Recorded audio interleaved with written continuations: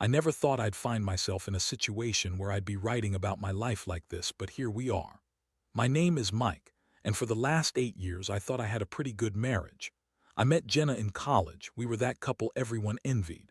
She was smart, funny, and beautiful. We had our ups and downs like any couple, but I always believed we had a solid foundation. I thought we communicated well and we shared the same goals: buying a house, starting a family, all that good stuff. Things started to shift a few months ago. At first, it was subtle. Jenna began coming home late from work more often, claiming she was swamped with projects. I understood. Her job at the marketing firm was demanding, but I couldn't shake the nagging feeling in the back of my mind. I noticed small changes in her behavior. She became more irritable and defensive, often brushing off my concerns as if I was being paranoid. I tried to dismiss it as stress, but deep down, I knew something was off. Then came the barbecue, the event that would change everything. It was a hot Saturday afternoon, and I had invited a few friends over for a casual get-together. Jenna was in charge of drinks, which was her usual role. As the day went on, she seemed to be having a great time, laughing and joking while sipping on her margaritas like they were water. I didn't think much of it at first. She was just letting loose. As the sun started to set, Jenna's drinking escalated. By the time the last of our friends had left, she was definitely tipsy, maybe even closer to drunk. I helped her clean up, and that's when things took a turn. As she was fumbling with the last of the empty bottles, she suddenly slumped onto the couch and confessed, "I've been seeing someone else, Mike." Just like that, the world around me shattered. I could hardly process what she was saying. I thought she was joking at first, but the look on her face told me she was serious. My mind raced, trying to grasp the reality of her words. I wanted to scream, to lash out, but instead, I just stood there, paralyzed. I barely managed to pack up the last of the barbecue leftovers while she passed out on the couch, leaving me to contemplate the betrayal. In the silence of the empty house, I felt a whirlwind of emotions. Anger surged through me, followed by a wave of sadness that felt like a physical weight on my chest. I had trusted her, built a life with her, and she had shattered that trust in an instant. I didn't know what to do. Should I wake her up and confront her about it?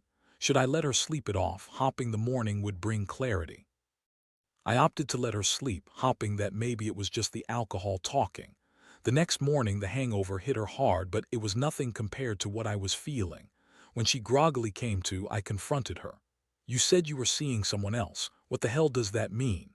Her reaction was a mix of denial and anger, typical of someone caught in a lie. "I didn't mean it like that. I was drunk, Mike," she shouted, her eyes wide with panic. The excuses rolled off her tongue like a well-rehearsed script. She claimed it was just a fling, a mistake that happened during a work trip. As she rambled on, I felt a mixture of disbelief and rage. I wanted her to own it, to understand the weight of what she had done. But instead, she deflected, making me feel like I was the crazy one for even questioning her fidelity. As the days passed, I oscillated between heartbreak and fury. Each time I replayed her confession in my head, it felt like a fresh stab to my gut. I found myself questioning every moment of our relationship. Was anything real? Had this been going on longer than she admitted? I couldn't shake the image of her with someone else, laughing, sharing secrets, being intimate. The thought churned my stomach, but I also felt a shift within myself. I had to decide how to move forward. Could I forgive her? Could we even rebuild what had been broken? The emotional turmoil was exhausting, and I knew I had to confront this head-on if I wanted any chance of even considering reconciliation.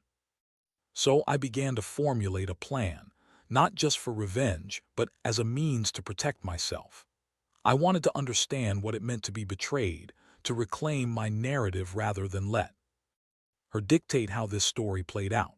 After that fateful barbecue, I spent the next few days in a fog of confusion and anger. Jenna was trying to act like everything was normal, but I could see through her facade.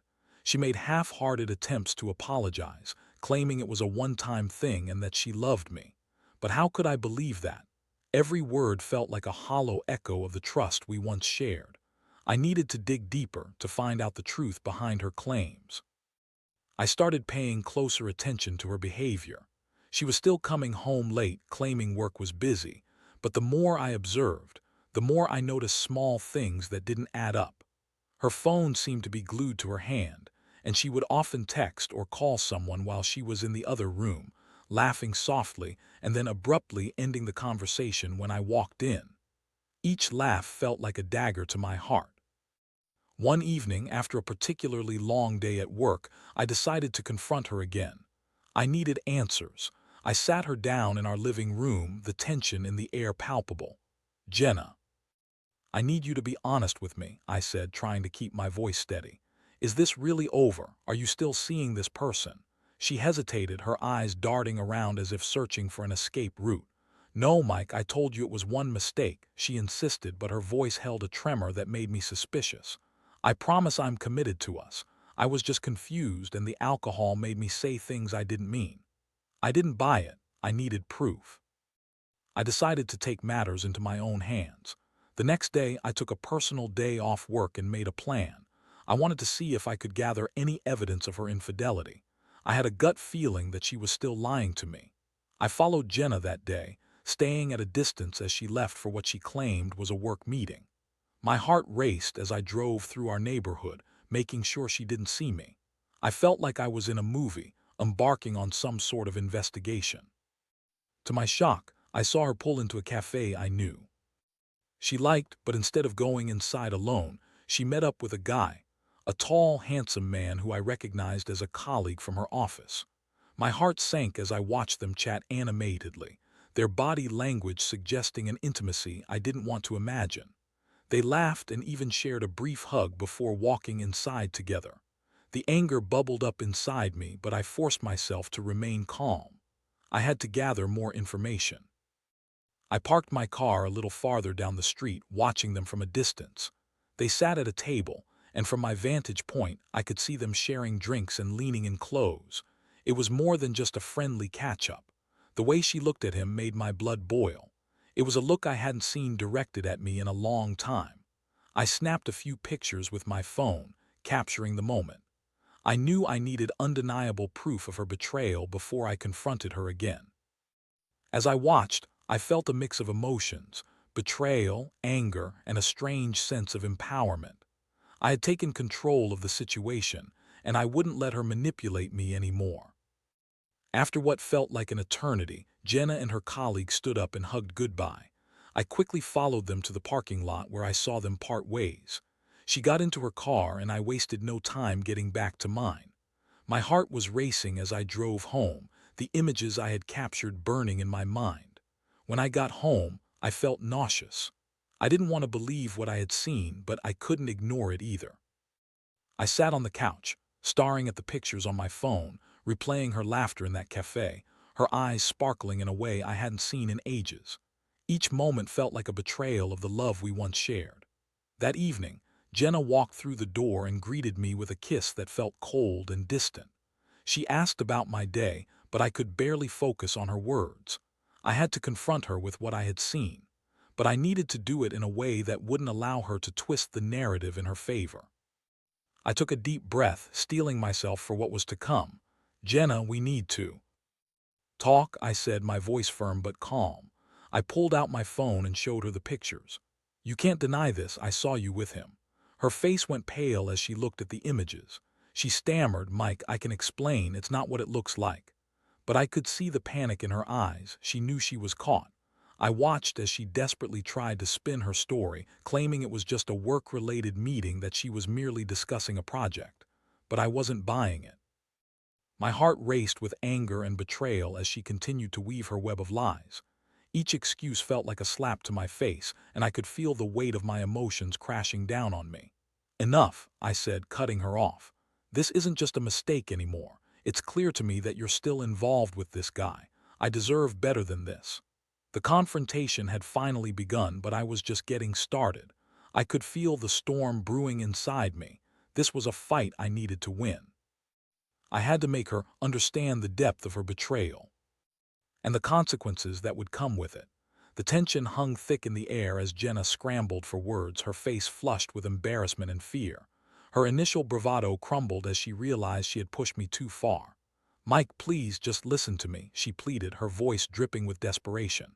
You have to believe me, I wasn't doing anything wrong, it was just a friendly meeting. I shook my head, feeling anger surge through me. A friendly meeting, I scoffed. Come on, Jenna.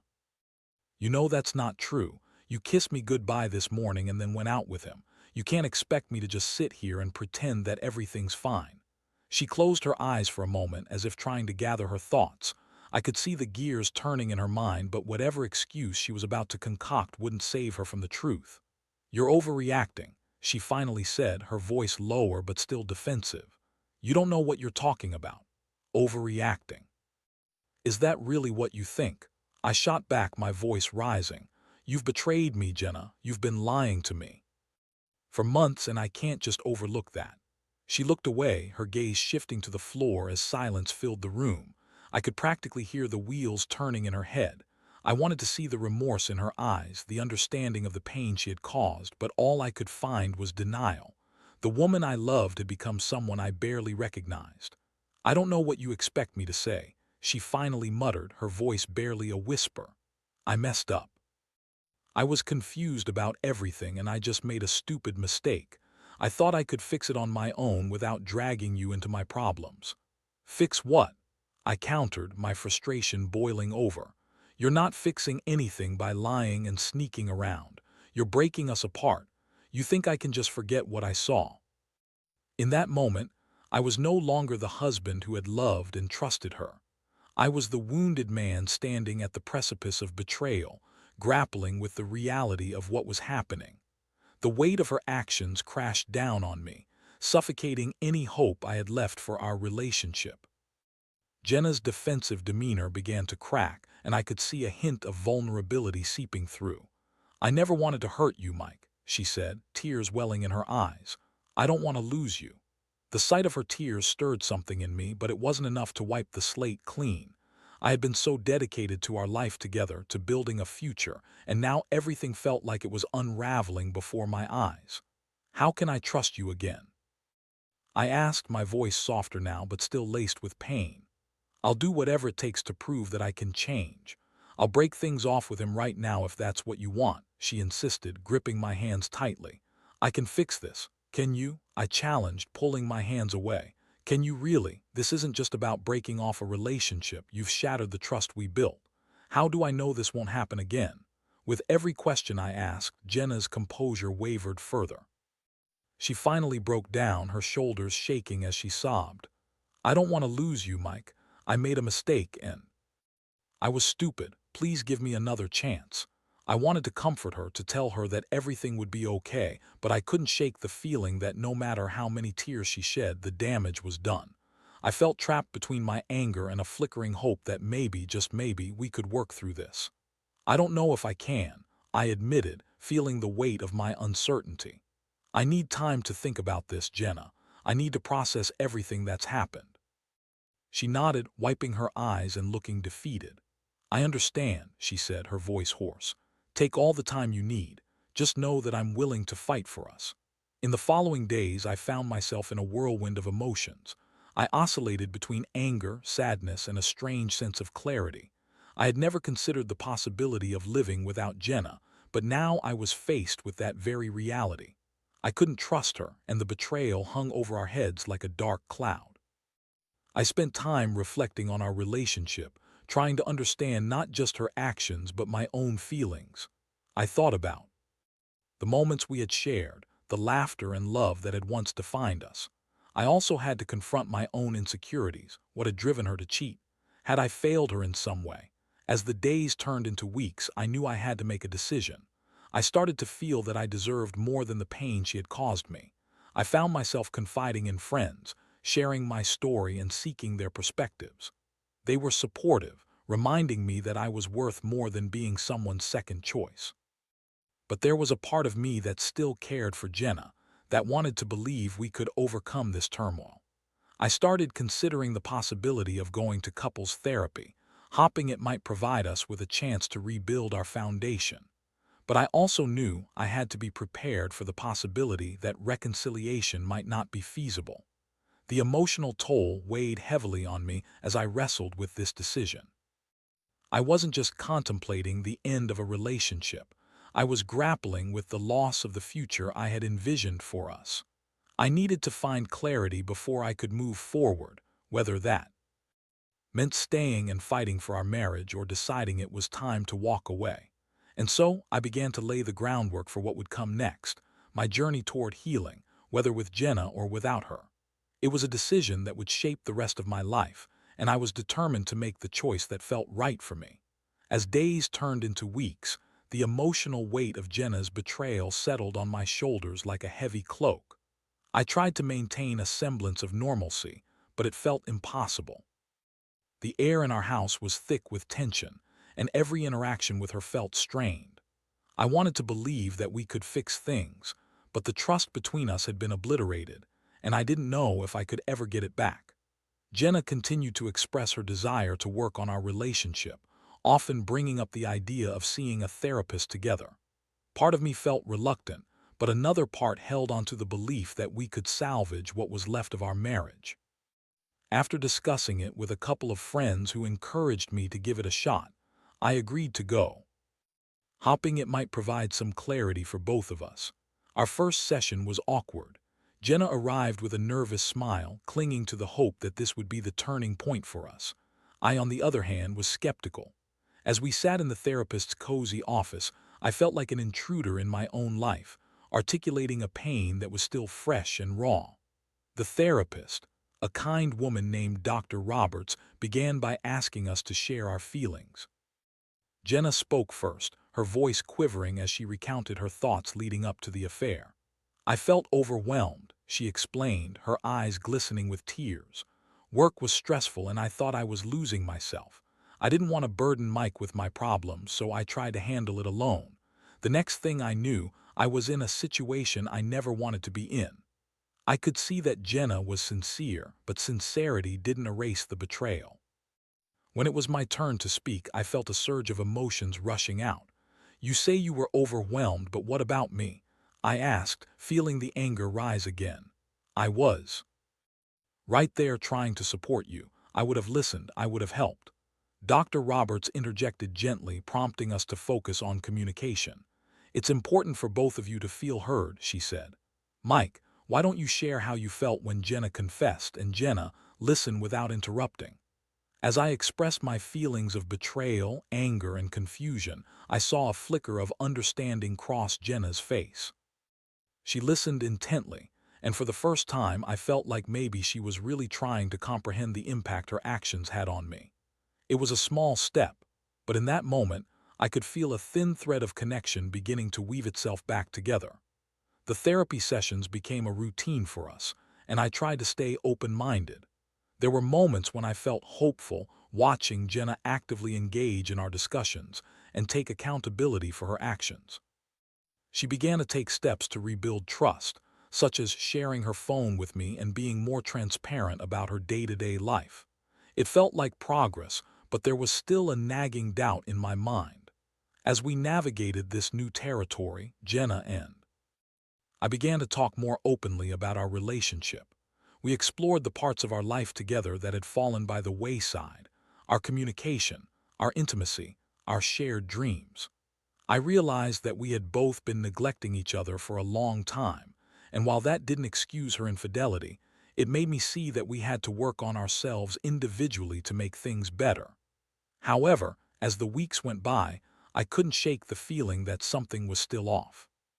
The deeper we dug, the more I found myself questioning if I could ever truly forgive her. I felt resentful, and every time I saw her reach for her phone, I found myself bracing for the possibility that she might be hiding something again. One evening after therapy, I confronted her about my concerns. "Jenna, I just can't shake this feeling of unease," I confessed, my voice shaking. "What if you still have feelings for him? What if this is just a temporary fix?" Her eyes widened and I could see the hurt in her expression. "I don't have feelings for him, Mike, I promise. I'm committed to us," she insisted, desperation creeping into her voice. "I want to rebuild our life together. I'm doing everything I can." But her assurances felt like a weak balm on an open wound. I knew I had to set my boundaries. "If we're going to make this work, I need you to be completely open with me. No more secrets, no more lies," I declared, my heart pounding. I need to know that you're fully committed to this. Otherwise, I'm not sure how much longer I can keep doing this." Jenna nodded, tears spilling down her cheeks. "I understand. I'll do whatever it takes," she promised, and for a fleeting moment I believed her. As we continued the therapy sessions, I found moments of connection between us, but they were often punctuated by my own doubts. One day, as we were talking about rebuilding our intimacy, Jenna suggested we go on a weekend getaway, just the two of us. "Maybe we can rekindle the romance that we lost," she said, her voice hopeful. I hesitated for a moment, grappling with the idea. A weekend away could be the perfect opportunity to reconnect, but it also felt like a risk. Eventually, I agreed, hopping, that maybe we could find a way to heal together. As the date approached, I felt a mix of excitement and trepidation. I packed my bags, but I also made sure to bring my journal with me. I wanted to document how I was feeling, to keep tabs on my emotional journey.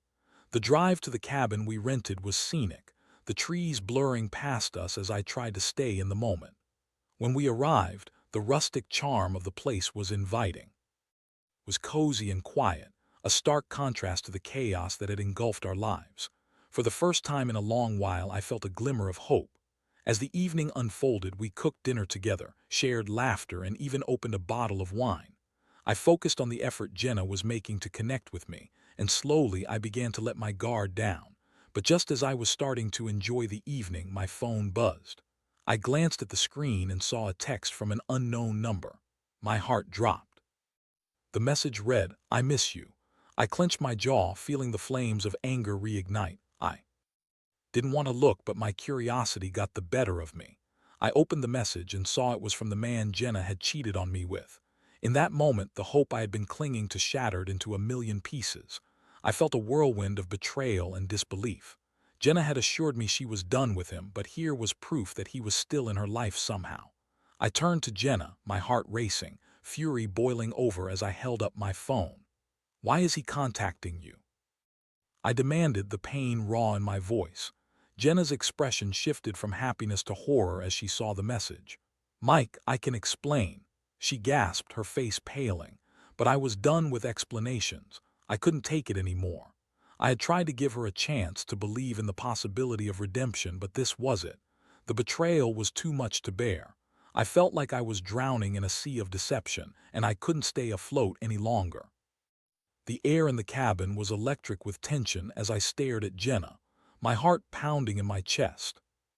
"You said you were committed to making this work," I spat, my voice trembling with anger. "And yet he's still reaching out to you. What more do I need to see?" Jenna's eyes were wide with panic, and for a brief moment I thought she might actually break down and confess everything. Instead, she took a step back, her expression shifting to one of desperation. "I swear, Mike, I don't want him, I want you," she cried, her voice rising. "I should have blocked him. I didn't think he would reach out again." "Please don't take this the wrong way." "Take it the wrong way," I scoffed, incredulity washing over me. "What other way is there to take it? This is proof that you haven't fully cut ties. You've lied to me again." Jenna's face crumpled, tears streaming down her cheeks. "I didn't know how to tell you. I thought if I could just keep him at bay, it would all go away. I didn't want to hurt you again." "But you did," I shot back, my voice rising with every word. "You've hurt me over and over again. And now you're telling me that he's still in your life. How can I trust anything you say?" The weight of her betrayal felt like a physical force pressing down on me, and I struggled to maintain my composure. I had given her a chance to prove she was committed, to show me that we could work through this, but in that moment it all felt like a cruel joke. Jenna fell to her knees, sobbing uncontrollably. "I'm so sorry, Mike. I don't want to lose you. I'll do better, I promise." I felt my heart breaking as I looked at her, but at the same time I was overwhelmed with the realization that I had been lying to myself. I had wanted so desperately to believe we could fix this, but every time I thought we were making progress, I was met with another betrayal. "I can't keep doing this," I said, my voice trembling as I fought back tears. "I can't keep putting myself through this pain. I've tried to give you a chance, but I need to protect myself too." Jenna looked up at me with pleading eyes, her pain reflected in hers. "Please, Mike, just give me one more chance. I'll block him and I'll show you that I'm serious about us." Part of me wanted to comfort her, to tell her that we could figure it out together, But deep down, I knew that I couldn't ignore the reality of what was happening. I had to decide for myself what was best for me. Jenna, I don't know if I can trust you anymore, I said, my voice cracking. I need to think about what this means for me. I can't be in a relationship where I constantly worry about you being with someone else. She nodded, her expression one of devastation. I understand, just please don't give up on me yet. That night was the longest of my life. I lay awake in bed, staring at the ceiling, replaying everything that had transpired. I wanted to be strong, to have the clarity to take the right path, but my heart was heavy with confusion. I loved Jenna, but could love conquer betrayal?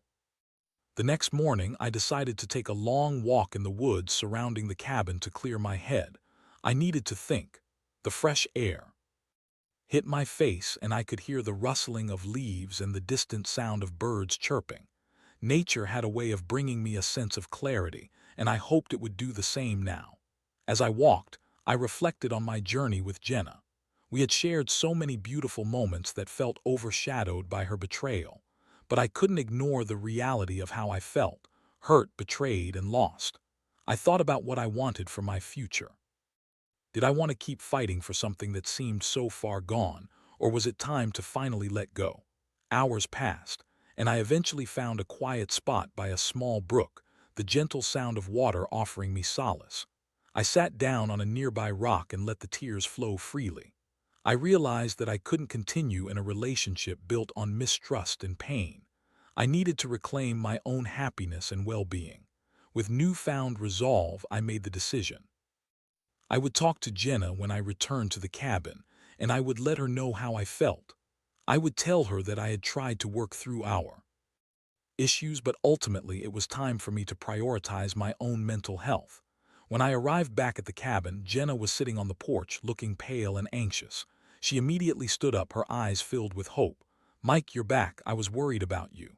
I took a deep breath, steadied my nerves, and looked her in the eyes. "Jenna, we need to talk." My voice was steady, but my heart raced. Her smile faded, and she nodded, her expression shifting to one of apprehension. "Okay, what is it?"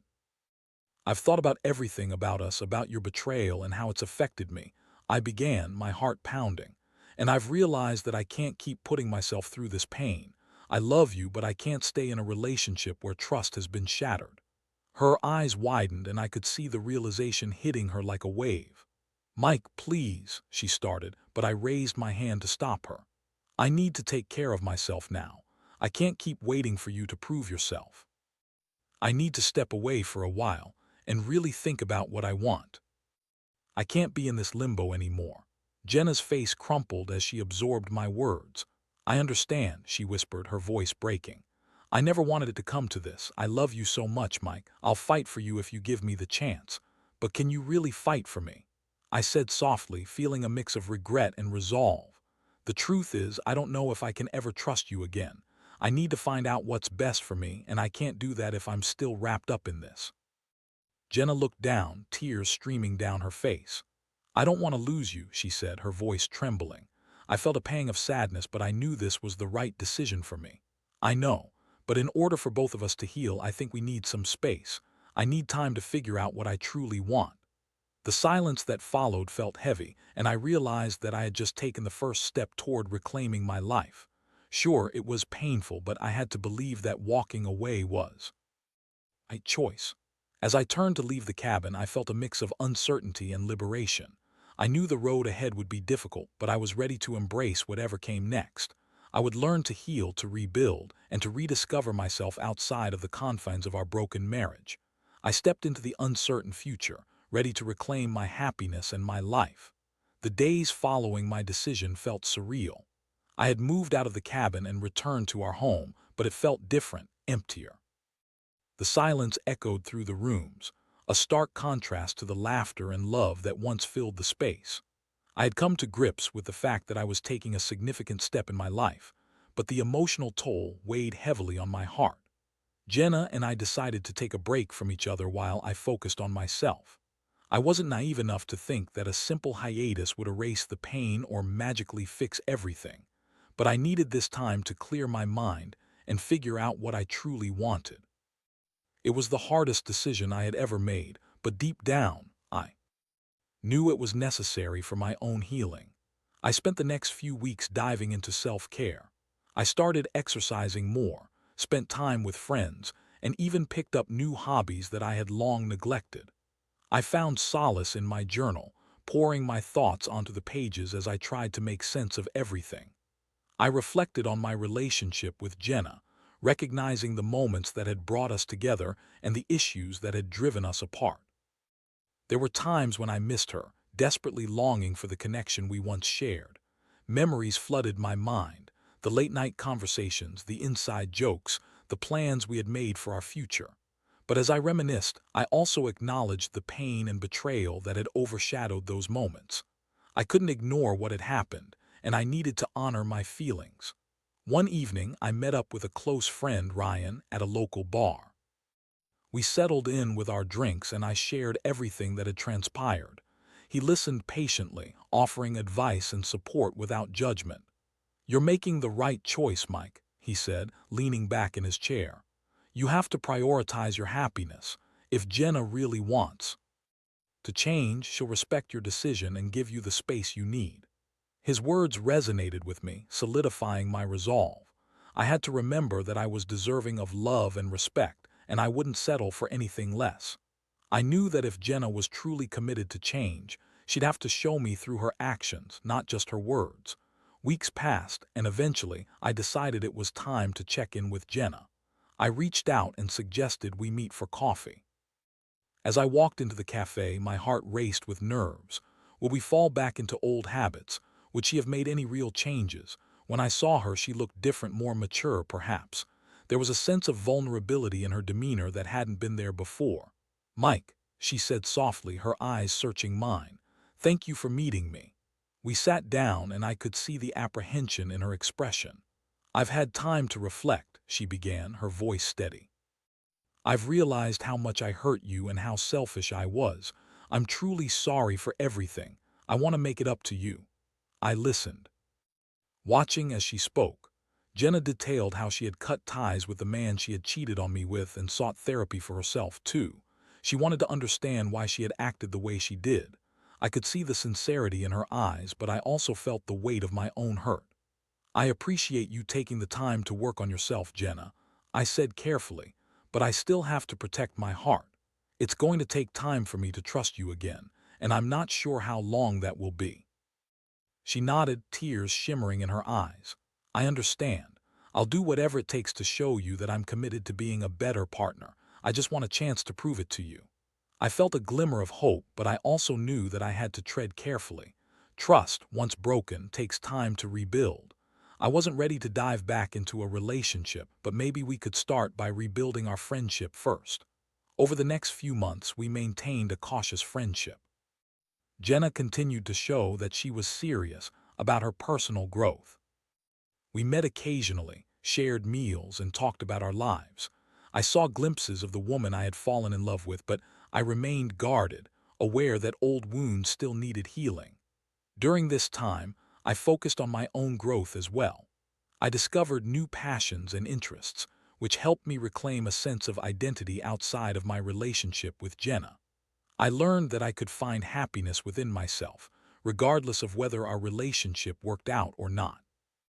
Eventually, as I saw Jenna continuing to work on herself, I began to lower my defenses. We started to share more of our lives, her celebrations and challenges, my triumphs and struggles. It wasn't easy, but I could see that Jenna genuinely wanted to rebuild what we had lost. One day, as we sat together at the cafe where we had first met after our breakup, I finally voiced what had been on my mind. "I think I'm ready to try again, Jenna. I want to see where this can go, slowly, of course, but I need you to understand that it's going to take time." Her face lit up with a smile, and I felt a warmth in my chest. "Thank you, Mike. I won't take this for granted. I'll show you that I'm committed to earning your trust back." From that moment, our journey began anew. With each passing day, we navigated the complexities of rebuilding our love, grounded by the lessons we had learned from our past.